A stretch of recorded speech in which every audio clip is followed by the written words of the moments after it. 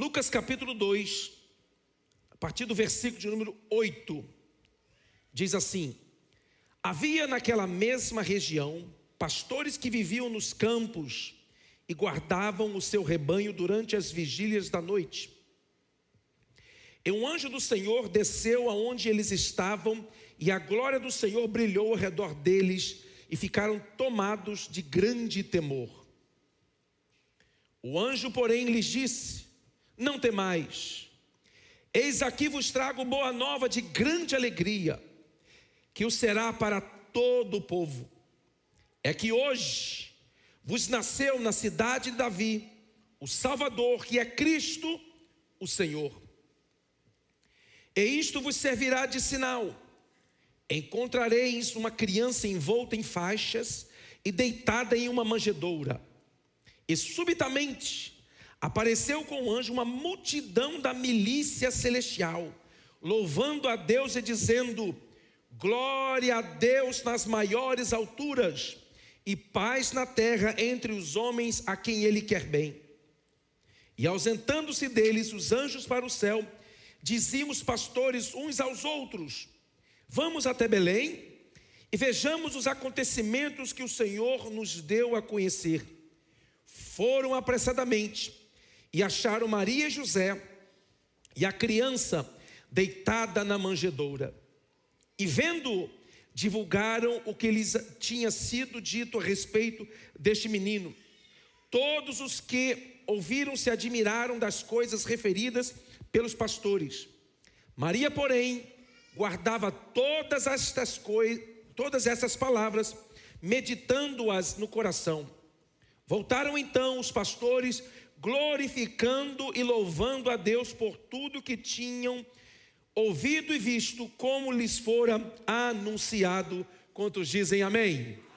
Antes de você sentar-se, você se exercite um pouquinho assim, tá bom? Dá uma esticadinha, relaxado, para você sentar-se à vontade. Isso. Glória a Deus, pode sentar-se. Graças a Deus. Que benção, não deu para ir na ginástica hoje, né? Hoje é dia off de você, então aproveitei para você dar uma esticadinha.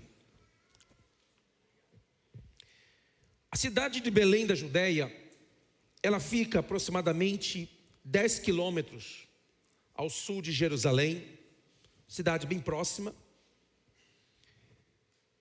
Em Belém da Judéia, era o local onde os sacerdotes do templo criavam as ovelhas que seriam sacrificadas no templo.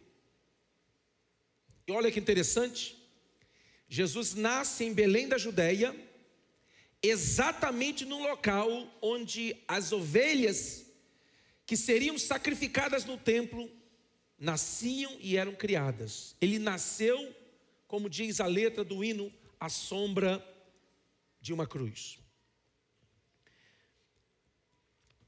Por que é que os pastores ficavam no campo à noite, durante a noite, guardando e cuidando das ovelhas? Ali na Palestina, as ovelhas, elas cruzam na mesma época.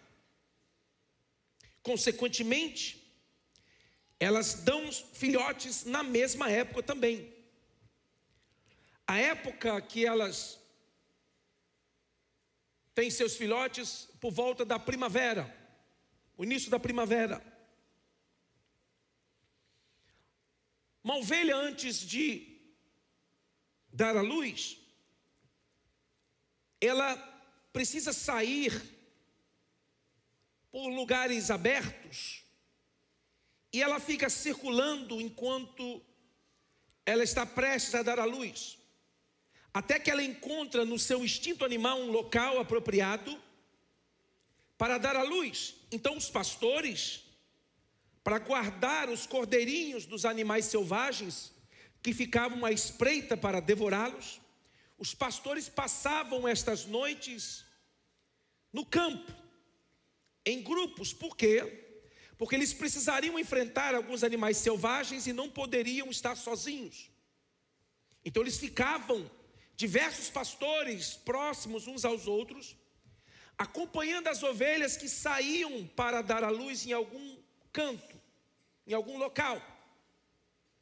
É por isso que o texto bíblico diz que os pastores estavam do lado de fora à noite. Eles não fazem isso o ano inteiro. Eles trazem às noites as ovelhas para o aprisco, fecham a porta e guardam as ovelhas. Mas nessa época especificamente, eles permitem as ovelhas sair para que possam dar à luz. A Bíblia diz que enquanto ali estavam fazendo o seu trabalho, apareceu um anjo do Senhor, trazendo uma mensagem para eles. E inicialmente eles ficaram tomados de grande medo. O anjo disse: não precisam temer, porque as notícias que eu trago são boas notícias. E o anjo disse: olha, vocês terão grande alegria. Eles estavam com grande medo e agora passaram a ter grande alegria. E o anjo anuncia o cumprimento das profecias bíblicas e diz para aqueles pastores que eles iriam logo à frente, numa estrebaria, e encontrariam o Filho de Deus deitado numa manjedoura, envolto em panos, com os pais, José e Maria. E foi exatamente o que aconteceu. Juntamente com aquele anjo vieram uma milícia de anjos, um número incontável de anjos, que cantavam glória a Deus nas alturas, declarando verdades bíblicas, profecias, que estavam se cumprindo naquele dia. E eles foram até a estrebaria, e ali encontraram como o anjo havia dito para eles. E depois eles saíram dali contando para todo mundo o que havia acontecido, testemunhando, e todas as pessoas que ouviam aquilo ficavam maravilhadas. Maria, porém, guardava todas aquelas palavras no seu coração. Eu gostaria de, nesta manhã, falar sobre as 5 grandes mensagens do Natal, baseado no texto que nós acabamos de ler. Primeira grande mensagem que o Natal nos traz é que o Natal é uma iniciativa de Deus. Você sabia que a metade da população do mundo hoje não sabe o que é o verdadeiro sentido do Natal? Mesmo em países muçulmanos, comunistas, hinduístas, sem saber, eles celebram o Natal sem conhecer o verdadeiro sentido ou significado.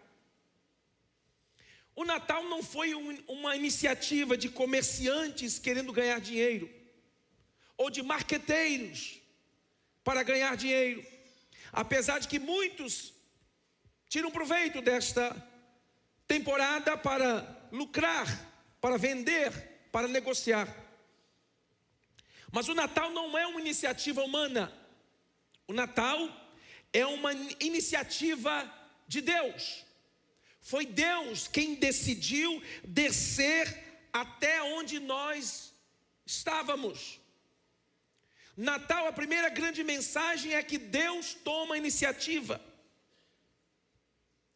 Não foram os religiosos da época que subiram ou que alcançaram a Deus. Não foram as religiões do mundo que, através de suas práticas, de seus cerimoniais, conseguiram alcançar a Deus, chegar até onde Deus estava. Não. A primeira grande mensagem do Natal é Deus descendo até onde nós estávamos. É Deus vindo para a terra. Por isso que o texto bíblico diz que o nome dele será Emanuel, que significa Deus presente, Deus conosco, Deus no meio do seu povo. As religiões falsas ensinam que o ser humano tem que se esforçar para alcançar a Deus através de regras, de cerimoniais, de boas obras, boas ações. Mas o verdadeiro sentido do Natal não é o homem, não é o ser humano alcançando a Deus, chegando até Deus, merecendo chegar até a presença de Deus. Não, a primeira grande mensagem do Natal é que o Natal foi ideia de Deus.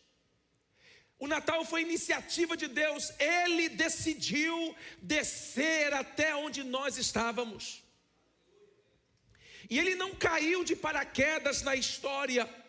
Ele não veio num tempo qualquer.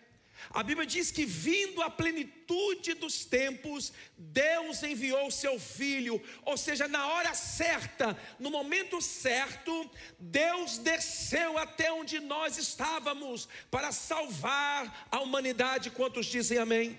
Amém. A primeira grande mensagem do Natal é que o Natal é uma iniciativa divina. Deus foi quem tomou a iniciativa de descer até onde nós estávamos. A segunda grande mensagem do Natal é que Deus não faz acepção de pessoas. O anjo disse aos pastores: esta mensagem é para todo o povo, para todos. Porque para Deus não existem grupos étnicos.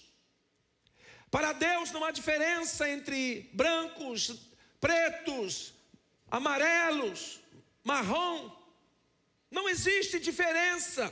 Deus não olha para o ser humano através da cor de sua pele. Deus, quando olha para nós, Ele olha para o nosso coração, para o nosso interior, e Ele olha com compaixão e nos vê da mesma forma. As pessoas são impressionadas pelo exterior das pessoas. As pessoas se impressionam com as posses que uma pessoa tem. As pessoas se impressionam com a riqueza que as pessoas conquistam. Mas o nosso Deus não se impressiona com as nossas conquistas. O nosso Deus não se deixa levar pela aparência do ser humano, porque Deus não nos mede pela nossa aparência. Deus não nos mede pelo que nós temos. Deus olha para o coração do ser humano e nos vê como pecadores que precisam da sua graça, do seu favor. Deus não faz acepção de pessoas. E olha que interessante, de tantas as profissões e posições que haviam naquela época, Deus escolhe pastores de ovelhas para serem testemunhas oculares do milagre da encarnação. Você sabia que na época pastores era uma das profissões menos valorizadas da época? Pastorear ovelhas qualquer um podia fazer. Bastava alguns treinos rápidos e a pessoa já estaria habilitada para pastorear ovelhas. Numa casa, normalmente, o filho caçula era quem ficava para cuidar das ovelhas, porque as ovelhas são animais inofensivos. As ovelhas não têm garras, não têm presas. A arma de ataque de uma ovelha é mé. E a de defesa, mé.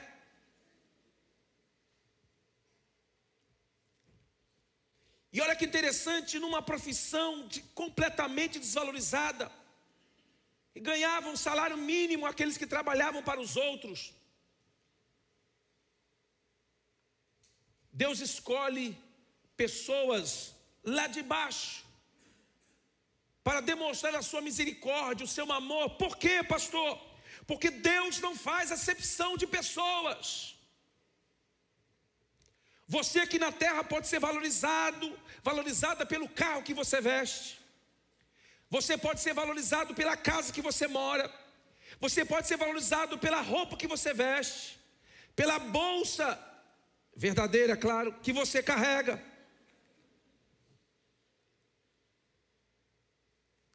As pessoas muitas das vezes medem as pessoas pela aparência. Mas o ser humano é assim, o ser humano se deixa levar pela aparência. Mas Deus não faz acepção de pessoas.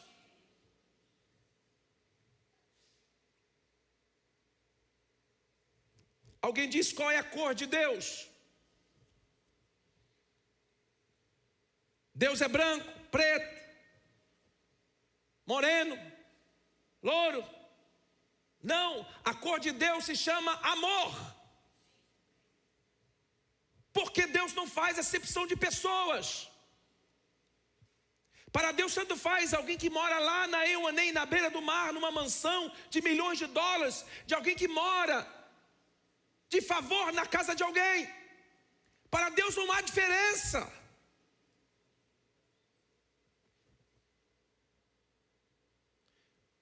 O verdadeiro sentido do Natal não é demonstrado nos presentes caros que alguns poderão dar. Quantos gostariam de receber presentes caros? Você que é humilde, que não levantou a mão, vai ganhar coisa da Dollar Tree para você aprender a ficar esperto, levantar a mão. Aí quando você ganhar, aí o teu marido vai dizer assim: pastor Pi, falou naquele dia, você não falou nada, tá aí, ó. Você vai poder usar essa tática de defesa.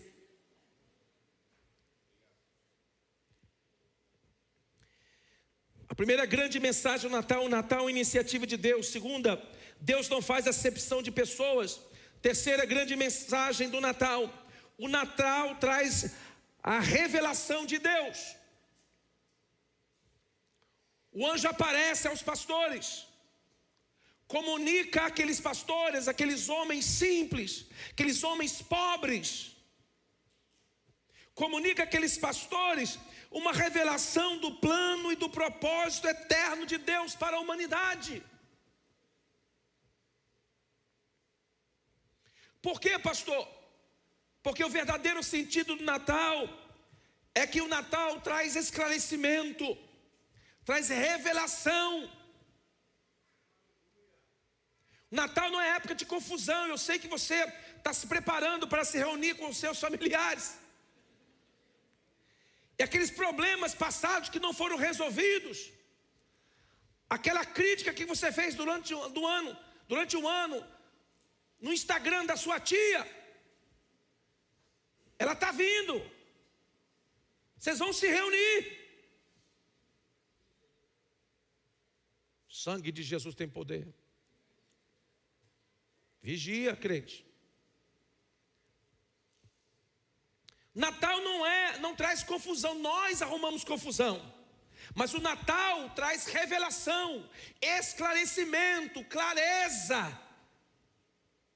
É Deus descendo até nós.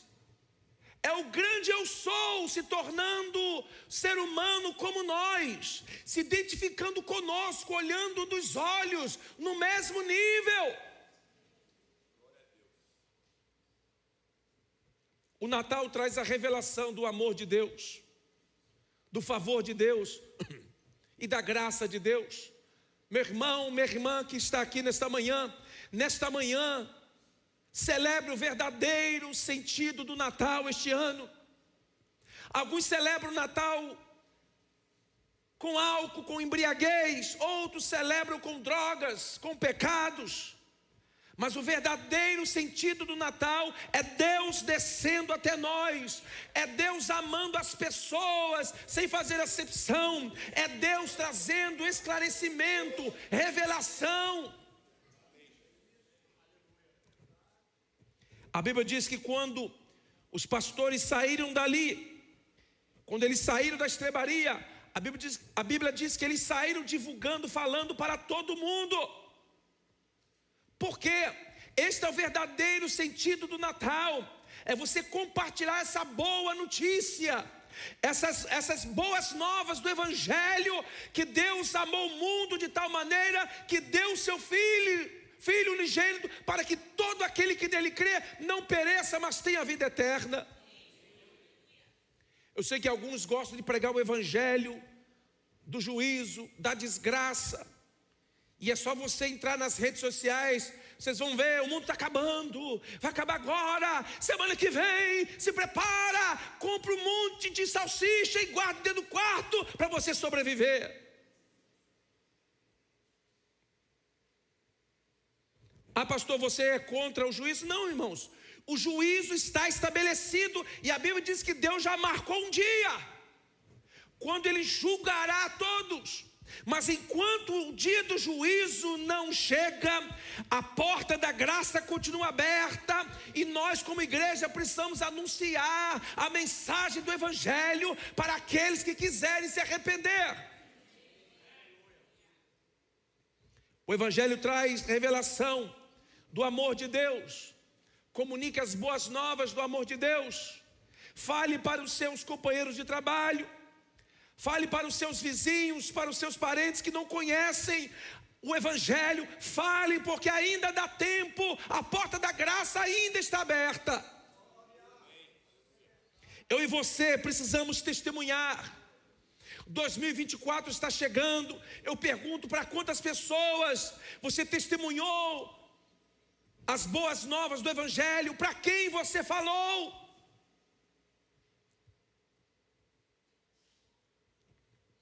Primeira grande mensagem do Evangelho, do Natal. O Natal é a iniciativa de Deus. Segunda, Deus não faz acepção de pessoas. Terceira, o Natal traz revelação de Deus, esclarecimento. Meu irmão, o Evangelho é algo simples. Não complica o Evangelho. Não complique as coisas de Deus. As coisas de Deus são simples. É por isso que o Evangelho era pregado aos pobres, aos iletrados, porque a mensagem do Evangelho tem que ser acessível a todos.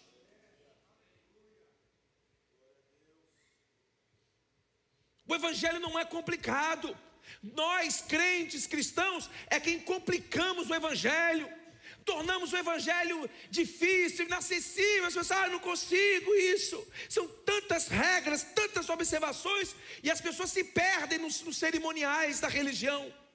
O Evangelho é a mensagem simples do amor de Deus. Deus desceu até onde nós estávamos. Deus mudou a minha vida, transformou a minha vida, e agora já não sou mais a mesma pessoa. Como aquele cego que Jesus curou. Eu era cego, agora eu vejo. Eu era pecador e agora sou salvo. Esta é a mensagem do Evangelho.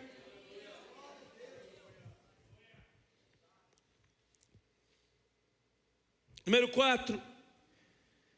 O Natal muda o medo em alegria. Olha aí versículos 9 e 10, por favor. Versículos 9 e 10. E um anjo do Senhor desceu aonde eles estavam, e a glória do Senhor brilhou ao redor deles, e ficaram tomados de grande temor. Diga, grande temor. Versículo 10. O anjo, porém, lhes disse: não temais. Eis aqui vos trago boa nova de grande alegria, que será para todo o povo. Diga, grande alegria. Grande temor. Grande alegria. Se você procurar no original grego do Novo Testamento, a palavra grande aí é a palavra mega. Algo enorme. Quando o anjo se manifesta, quando o transcendental se manifesta, quando aquilo que é sobrenatural aparece diante dos pastores, eles são tomados de pavor, de medo, de um mega temor. Mas o anjo disse: não precisam ter medo. Por quê? Porque eu tenho uma notícia mega de alegria, de uma alegria mega.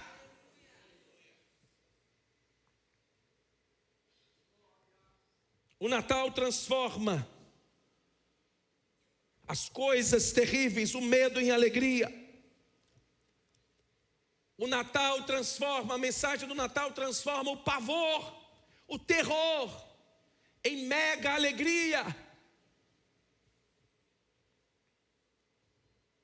A Bíblia diz em Mateus 4,16: o povo que jazia em trevas viu grande luz, e aos que viviam na região e sombra da morte resplandeceu-lhes a luz.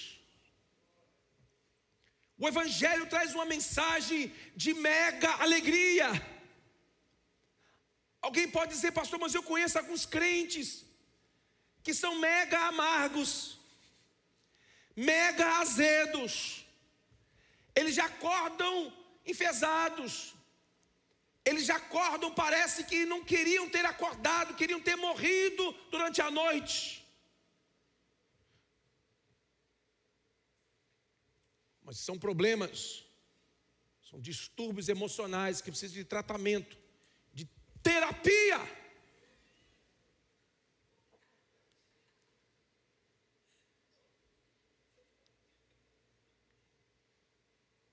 E se essa não resolver, foi a que a minha mãe usou, sarou tudo. Nós temos psicólogos aqui, psicólogo está ali, psicólogos, para te ajudar. Hoje não pode, né, pastor? Quando chegou a minha vez de bater, não pode. Quando era a vez da minha mãe, não tinha proibição.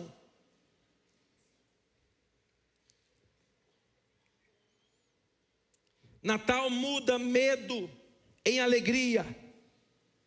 Tem uma boa notícia para você. A mensagem do Evangelho, ela tira todo medo, todo pavor. Ela tira toda a dúvida acerca da eternidade.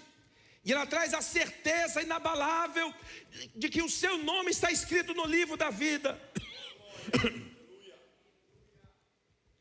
Natal muda medo em alegria. Compartilhe nesse Natal a mensagem do amor de Deus. Compartilhe nesse Natal a mensagem da bondade de Deus.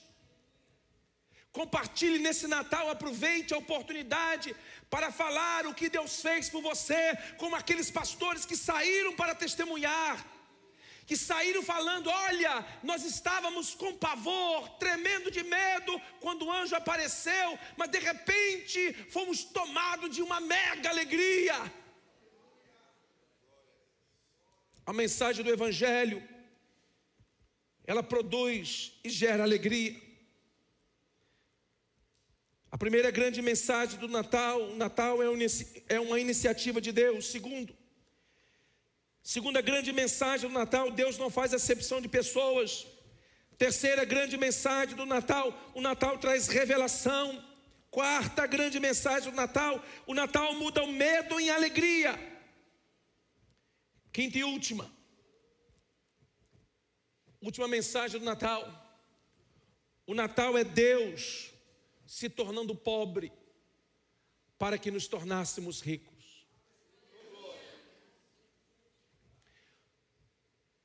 A última mensagem do Natal é Deus ficando sozinho para que nós vivêssemos em família.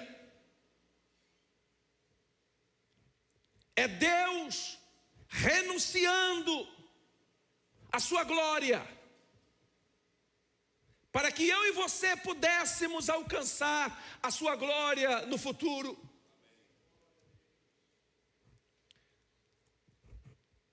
Quando ele estava prestes a nascer, a Bíblia diz que José e Maria tiveram que ir para a região da Judeia, Belém da Judeia, um dos bairros da região da Judeia. E José e Maria moravam ao norte, em Nazaré. Cidade pobre, feia até hoje. 2000 anos depois não melhorou. E se é feia hoje, imagine antes. O rei havia ordenado que todos participassem de um censo. E como eles eram descendentes, eles tiveram que ir para a região da Judeia, mais especificamente Belém, para se cumprisse o que a palavra de Deus diz, que o Filho de Deus seria descendente de Davi. Belém da Judeia, a região de Davi. E quando ali chegaram com inúmeras pessoas, não havia lugar nas hospedarias, não havia lugar para que José e Maria passassem a noite. Imaginem só, Uma mulher com 9 meses de gravidez, sentindo as dores das contrações, prestes a dar à luz, gritando, e não tinha epidural, anestesia que a mulher toma. Era parto natural. E ninguém se compadeceu deles. Ninguém disse, não, eu troco com você, fica aqui no meu quarto que eu vou para lá, eu fico no cantinho. Ninguém se compadeceu. As pessoas ficam maravilhadas de ver a maldade do ser humano hoje. Meu irmão, o ser humano sempre foi mau, sempre foi perverso, sempre foi sem compaixão. Ninguém se compadeceu de uma mulher grávida de 9 meses. Enquanto José corria de um lado para outro, gente, alguém me ajuda por favor, o neném está nascendo, e ninguém disse, olha, fecharam as portas, disseram, se vira, problema é seu.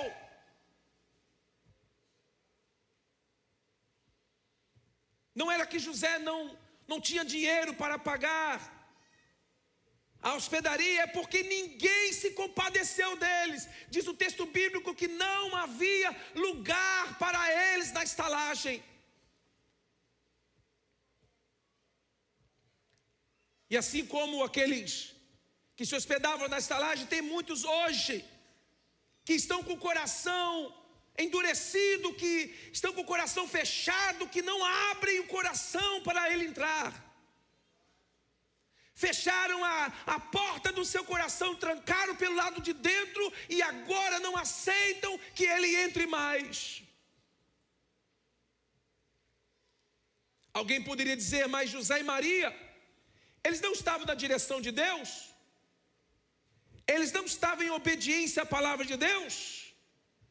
Eles não estavam fazendo o que Deus mandou que fizessem? Sim, mas se você fizer tudo que Deus mandar, o conceito das pessoas é que vai dar tudo certo, não é assim? É que se Deus está no negócio, vai dar tudo certo. Se Deus estiver no negócio, quando eu bater o pé, a porta vai se abrir. Tem muitos que pensam que vida cristã é assim. E eles não entendem que você pode estar na direção de Deus, pode estar em obediência à voz de Deus, pode estar seguindo o plano e o propósito de Deus, pode estar cumprindo profecias bíblicas, mas as coisas dão erradas. E alguém passa, mas e agora? Como é que eu vou saber o que é bom do que é ruim?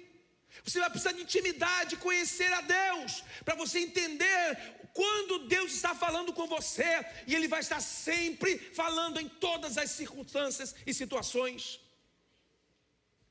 Ela estava na direção de Deus, mas não havia lugar para eles na estalagem. Eles estavam fazendo a vontade de Deus, mas não havia lugar para eles na estalagem. Eles estavam em obediência à palavra de Deus, mas não havia lugar para eles na estalagem. Por quê? Porque Deus tinha um plano. Até mesmo na dureza do coração humano, até mesmo na falta de sensibilidade das pessoas que estavam ali em Belém da Judeia, que não se compadeceram daquela situação, Deus usou a dureza de coração deles, daquelas pessoas, para que se cumprisse mais uma profecia. Pastor, que profecia? A Bíblia diz que no momento do nascimento do Messias, profetizado 700 anos antes do Messias nascer, pelo profeta messiânico Isaías, 700 anos, o profeta Isaías, olhando pelas cortinas do tempo, ele conseguiu ver 700 anos na frente, e ele viu que no dia do nascimento do Messias, estariam animais presentes, e escreveu disso, olha, o boi conhece o seu Senhor, e a ovelha conhece o dono da manjedoura.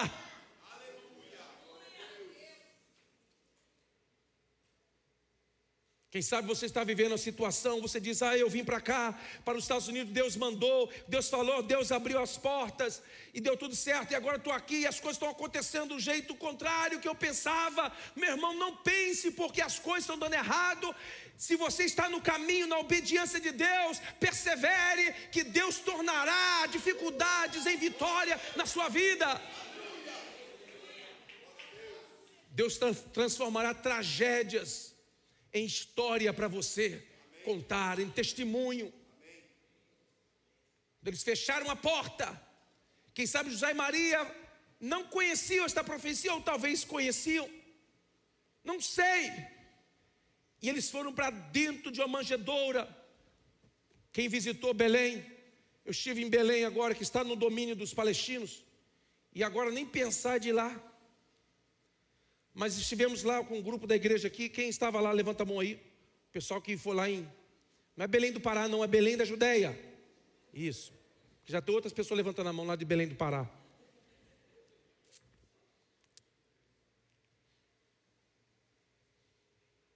É uma região montanhosa.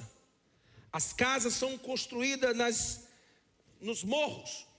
Então as casas, quando construídas, sobram um pedaço da casa naquela descida, e eles fecham a parte de baixo, cercam, e ali fazem um aprisco para os animais passarem a noite.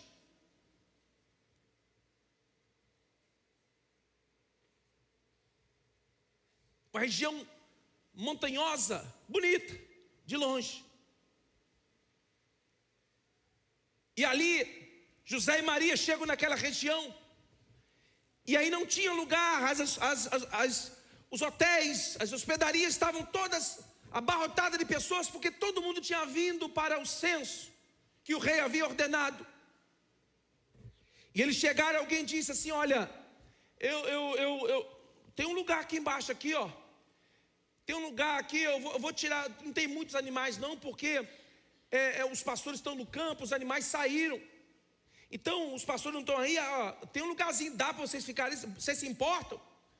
Não, tá bom aqui. E esse boi aí, ficar no canto aí, com esse jumentinho no cantinho, não, eles, fique tranquilo, eles não falam nada.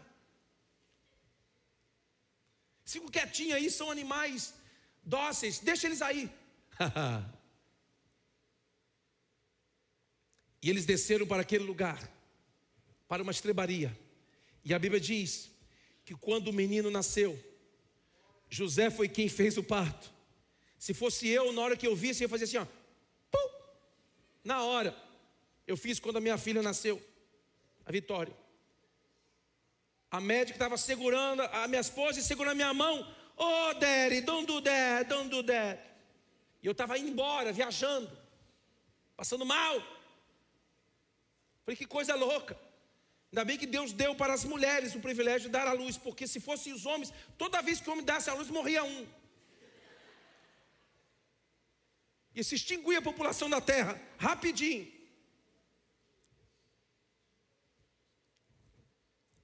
José ali, prepara tudo, eles já sabiam. Fez o parto, cortou o cordão umbilical. Pegou o neném, passou um paninho molhado na criança.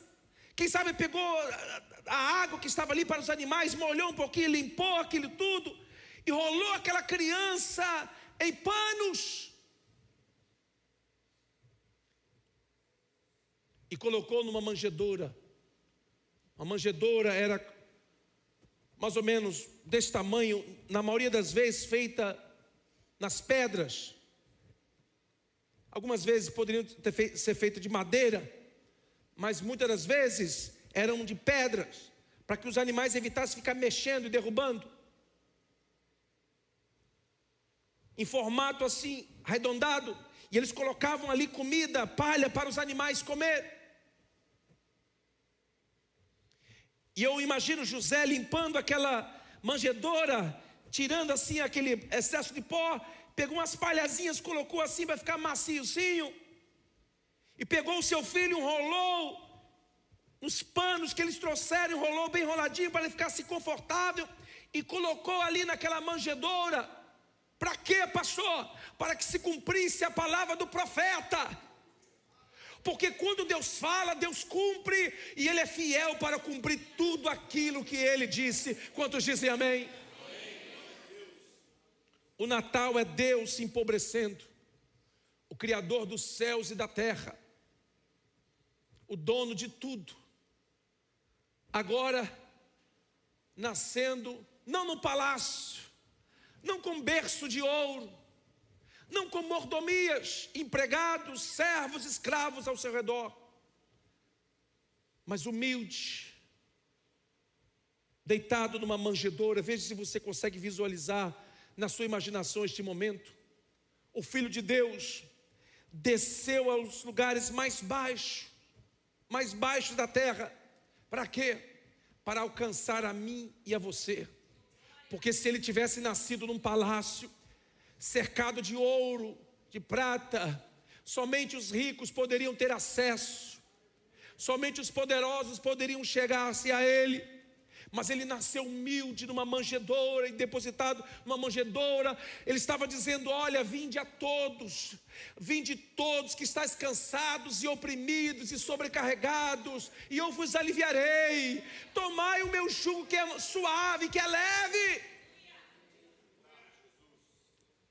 A quinta e última mensagem do Natal: o Natal é Deus se empobrecendo, se tornando como um de nós, se identificando conosco, falando, olhando no olho. Foi por isso que quando ele andava aqui na terra, ele dizia: olha, presta atenção, eu sou o caminho, a verdade e a vida, e ninguém vem ao Pai. Pastor, não é vai não, é vem. Porque o caminho para Deus não é de ida, é de regresso. Nos perdemos lá no Éden, saímos da vontade de Deus lá no Éden, e agora o caminho para Deus é de regresso. Ninguém vem ao Pai se não for por mim, Jesus disse, porque não há mediador entre os homens e Deus a não ser Jesus. Ele é o mediador. Você não precisa que ninguém ore por você, você não precisa que ninguém ponha a mão na sua cabeça, porque Deus, você tem contato direto com Deus, você tem acesso direto a Deus. Pare com esse evangelho que você precisa de A, B ou C, pôr a mão na sua cabeça, de que o fulano tal tem que orar por você. Pare com esse evangelho cheio de estrelismo. O evangelho é centralizado na pessoa de Cristo, e você tem acesso direto a Ele, pelo sangue de Cristo. O Natal é Deus se empobrecendo para nos tornar ricos. Vamos estar em pé. Filipenses 2:5 diz: tende vós o mesmo sentimento que houve também em Cristo Jesus, pois ele, subsistindo em forma de Deus, não julgou como usurpação ser igual a Deus, antes a si mesmo se esvaziou, assumindo a forma de servo, tornando-se em semelhança de homens, e reconhecido em figura humana, a si mesmo se humilhou, tornando-se obediente até a morte, e morte de cruz. Pelo que também Deus o exaltou sobremaneira, Ele deu o nome que está acima de todo nome, para que o nome de Jesus se dobre todo o joelho nos céus, na terra e debaixo da terra, e toda a língua confesse que Jesus Cristo é o Senhor, para a glória de Deus Pai. Ele desceu, Ele se esvaziou, Ele tomou a forma de homem, e achado na forma de servo, humilhou-se. Ele precisou se humilhar para que eu e você pudéssemos ser alcançados. Esta é a mensagem do Natal, é a mensagem da misericórdia de Deus. Esta é a boa nova do Natal, de que você, o pecador, não precisa mais ir para o inferno, não precisa passar a eternidade com o diabo no lago de fogo. Não precisa, por quê? Porque a porta da graça foi aberta, a boa notícia foi espalhada e chegou até você, chegou até a mim. E hoje cabe a mim e você, ou você, darmos ouvidos a esta mensagem. Você pode fazer como as pessoas fizeram em Belém da Judeia, e disseram: Jesus, não há lugar para o Senhor aqui, não há lugar, está cheio, meu coração está cheio de coisas. Jesus, meu coração está cheio de problemas, cheio de situações, cheio de adversidades, cheio de coisas e confusões que eu arrumei na vida, cheia de problemas, de questões ainda não resolvidas. Meu coração não tem lugar para ti. Você pode fazer isso se você quiser, ou você pode dizer: não, eu quero. Meu coração está aberto, como aquela estrebaria. Meu coração humilde, como aquela estrebaria. Eu quero dizer: Deus, entra no meu coração e faz morada, porque eu quero a tua presença na minha vida. Humilde, mas eu quero a tua presença. Cabe você, é um direito que você tem de escolher. E eu quero, antes de nós orarmos e participarmos da ceia, quero dar a oportunidade a alguém, quem sabe, que entrou aqui nesta manhã e diz: pastor, eu quero abrir o meu coração para o Senhor Jesus. Eu não vou mais manter o meu coração fechado para o Senhor Jesus. Eu quero entregar a minha vida ao Senhor Jesus, porque eu quero que Ele mude a minha vida completamente. Porque eu não quero mais viver o ano de 2025 da mesma forma que eu vivi o ano de 2024, 2023 e anteriores. Eu quero tudo novo na minha vida. Eu quero que Ele transforme a minha vida. Eu quero que Ele me dê alegria. Eu quero que Ele tire o medo e coloque uma mega alegria no meu coração.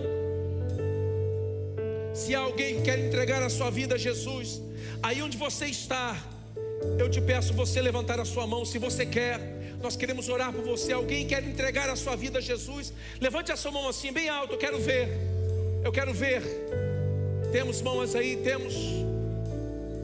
Se alguém, levante a sua mão. Nós queremos apenas orar por você.